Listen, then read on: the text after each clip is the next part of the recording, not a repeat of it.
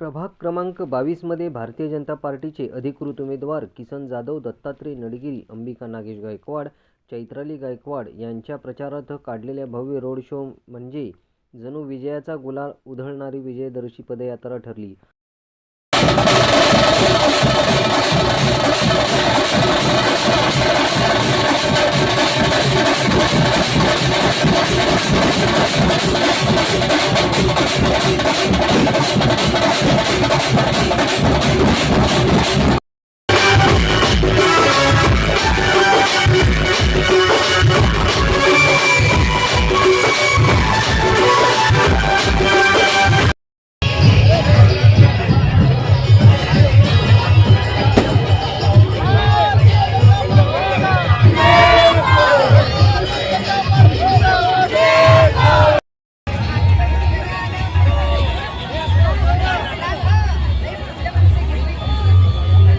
एक सेकंड.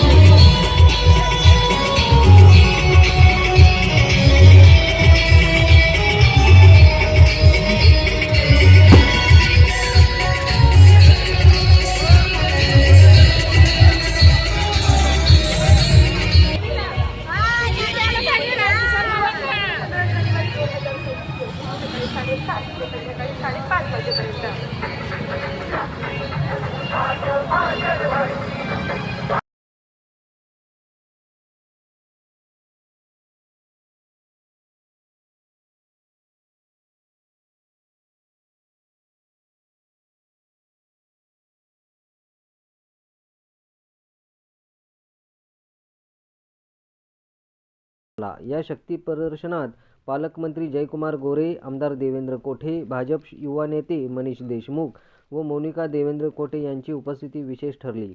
विकास म्हणजे भाजप आणि भाजप म्हणजे विकास. प्रभाग क्रमांक 22 च्या सर्वांगीण विकासासाठी निधी कमी पडू देणार नाही, अशी ठाम ग्वाही पालकमंत्री गोरे यांनी देत किसन जाधव व नागेश गायकवाड यांच्या पाठीशी भाजप सरकार खंबीरपणे उभे असल्याचे स्पष्ट केले.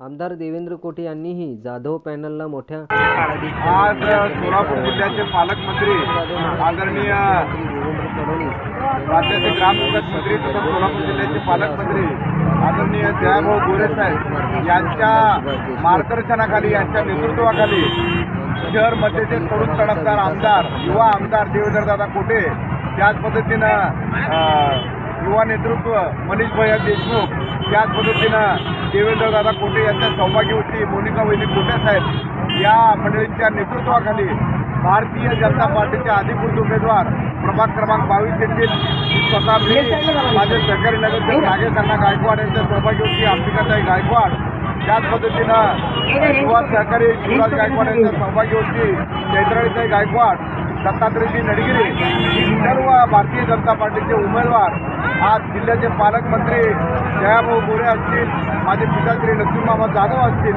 यांच्या नेतृत्वाखाली प्रभाग क्रमांक 22 मध्ये भव्य अशी पदयात्रेचं आयोजन या ठिकाणी करण्यात आलेलं होतं. आणि आज पालकमंत्री साहेबांच्या नेतृत्वाखाली भारतीय जनता पार्टीचे आज 4ही अधिकृत उमेदवारांना जी भव्य दिवसाची रॅली निघाली, त्या रॅलीमध्ये सर्व प्रभाग भारतीय जनता पार्टीच्या चिन्हाचं, कमळ या चिन्हाचा भारतीय जनता पार्टीचं वलय झालेलं आहे.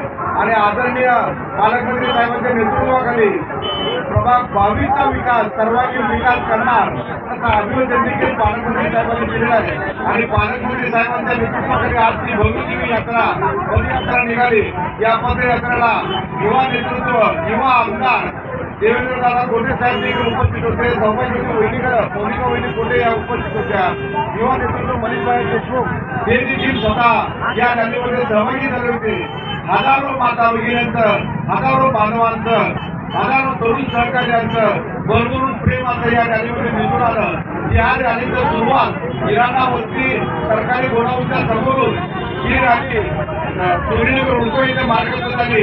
सय्यद बाबा दर्गा, तिथून पुढे ग्रामदैवत सीतारामेश्वराचे गुरु रेवणसिद्धेश्वर महाराज यांना नतमस्तक होऊन पुढे ही रॅली विजापूर नाका परिसर मार्गे डॉक्टर बाबासाहेब आंबेडकर कमानीच्या द्वारे 1 नंबर मुरळी मस्जिदच्या चौकात गेलं. त्याच्यानंतर चांदरा मस्जिद परिसरामध्ये ही रॅलीचं आगमन झालं. त्याच्यानंतर आम्रपाली चौक येथे आल्यानंतर संपत क्रेडिट दुकान पासून ते सुस्कर प्रशाला मार्गे अण्णासाहेब पाटील प्रशाला, त्यानंतर गायकवाड क्लासेस लिंगवाडी या परिसरातून एसआरबी रिक्षा स्टॉप या रस्त्याने आदिशक्ती माता चौक लिंगवाडी, तिथून तलगोरची पोलीस स्टेशन ते विठ्ठल रुक्मिणी मंदिर सेटलमेंट पासून मंजुनाथ नगर मार्गे लिंगवाडी येथून देवीपीर नगर पवारमावशी देवी चौक ते रामवाडीचे अंबाबाई मंदिर पासून आज या ठिकाणी रामवाडी रिक्षा स्टॉप या ठिकाणी येऊन या रॅलीचा समारोप झालेला आहे. या रॅलीमध्ये भरभरून असा सर्व जाती धर्मातील माता भगिनी असतील, सर्व ज्येष्ठ बांधव असतील, सर्व तरुण सहकारी असतील, मोठ्या हिरिरीनं आमच्या भारतीय जनता पार्टीचे 4ही उमेदवार आहेत.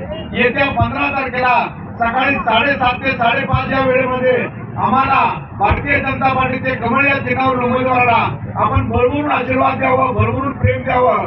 आमच्या 4ही उमेदवारांचं जे कमळ चिन्ह आहे, त्या कमळ चिन्हावर बटन दाबून जिल्ह्याचे पालकमंत्र्यांच्या नेतृत्वाखाली जो जिल्ह्याचा सर्वांगीण विकास चालू आहे, सोलापूर शहरचे युवा आमदारांच्या नेतृत्वाखाली शहर मध्य विधानसभाचा सर्वांगीण विकास सुरू आहे.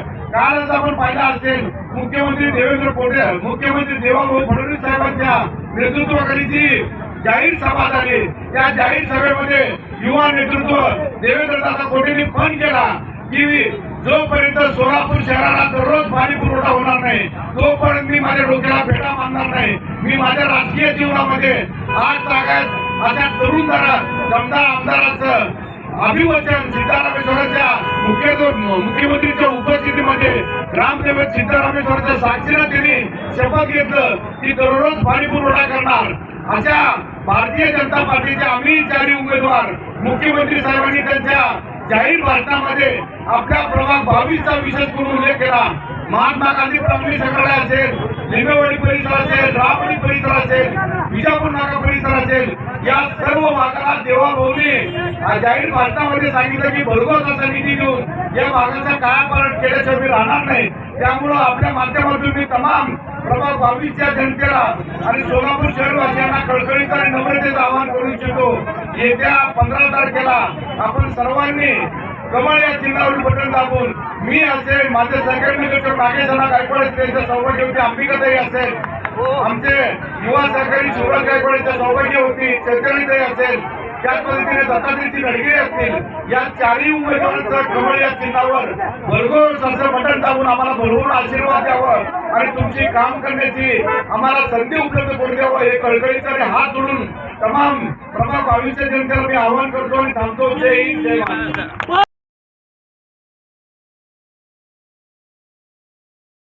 आज प्रभाग क्रमांक 22 इथे हे प्रचाराची रॅली नसून विजयाची रॅली असं मी करत आहे. आणि या रॅलीत आपले सोलापूरचे पालकमंत्री गोरेगाव आणि मध्यचे आमदार देवेंद्रनाथ कोटे आणि मनीषभैया देशमुख आणि सर्व उमेदवार आपले कमळाचे नागेश अण्णा असतील, किसन दादा असतील, अंबिकाताई, चैत्रालीताई आणि नडगरी अण्णा सगळे आपण कमळाला हे मत द्या म्हणून आपण रॅली थ्रू सगळ्यांना सांगत आहोत. आणि या रॅलीमध्ये मला वाटतंय पूर्ण हे राम आणि सेटलमेंट हे एक सण साजरा करत आहेत आणि बाहेर पडून आपले उमेदवार नाही हे जिंकलेले उमेदवार असं म्हणून बघत आहेत. आणि मी नक्की सांगायची इच्छिते की 16 तारीख हे नक्की 22 मध्ये गुलाल उचलू आणि मी स्वतः इथे उपस्थित राहणार आहे. आणि 15 तारखेला 7:30 ते 5:30 सगळ्या चारही कमळावर बटन दाबून भरघोस मताच्या इथे आपण सगळ्यांनी मतदान करावे आणि फक्त लीड मोजायची बाकी आहे असं मी सांगते. धन्यवाद. लक्ष्मण मामा जाधव व माजी नगरसेवक नागेश गायकवाड यांच्या मार्गदर्शनाखाली आयोजित या रोड शोला मिळालेल्या अभूतपूर्व प्रतिसाद, विशेषतः महिलांची विक्रमी उपस्थिती शहरातील इतर कोणत्याही प्रभागात न पाहिलेल्या असल्याची चर्चा आहे. यावरून किसन जाधव व नागेश गायकवाड यांचे वर्चस्व स्पष्ट होत असून भाजपाचे चारही उमेदवार मोठ्या मताधिक्याने विजयी होतील असा ठाम अंदाज राजकीय वर्तुळात व्यक्त केला जात आहे.